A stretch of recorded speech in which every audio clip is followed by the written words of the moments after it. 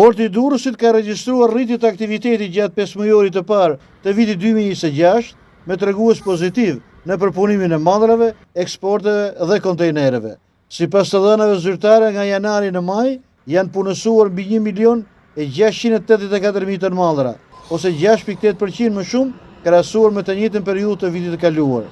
Rritjen më të ndjeshme kanë shënuar eksportet, të cilët kanë arritur në mbi 519.000 ton, duke u rritur me 40% në raport me 5 mujorin e parë të vitit 2025. Ecuri pozitive ka patur të terminali i kontejnerëve.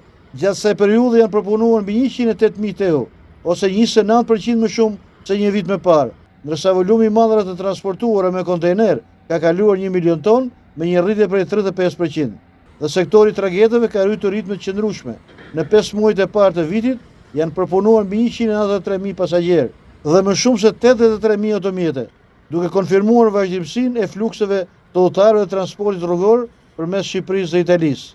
Treguesit e publikuar për këtë periudhë konfirmojnë rolin kyç të portit të Durrësit në mbështetjen e tregtisë jashtme dhe forcimin e lidhjeve të transportit detar të vendit.